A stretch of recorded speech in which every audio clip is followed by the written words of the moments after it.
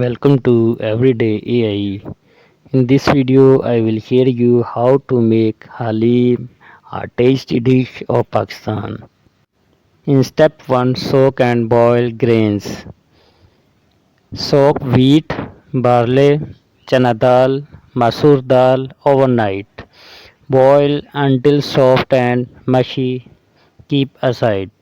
Whole grains soak overnight. Chana dal, split chickpeas soak overnight. Masoor dal, red lentils soak overnight. Boil and prepare. After soaking for 8 to 12 hours overnight, drain and boil all ingredients in fresh water until they are soft and mushy. Cook for 45 to 60 minutes on low heat until grains and lentils are very soft. Keep aside for step 2. Step 2, BHUNAI. BHUNAI, the salt and fry step. Step 2, BHUNAI. Heat ghee, fry onions golden, add ginger garlic paste and beef or mutton and Haleem Masala. Fry until oil separates. Heat ghee in dough on medium heat.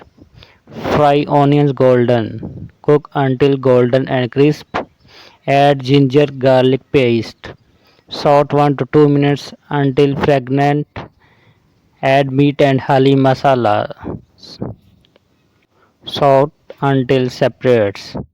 The bunai is done when the oil visibly separates from the masala around the meat. This locks in the flavor. In step 3, mix and slow cook. Add boiled grains to meat. Add water. Slow cook 4 to 5 hours. Continuously mash with wooden spoon until thick and blended.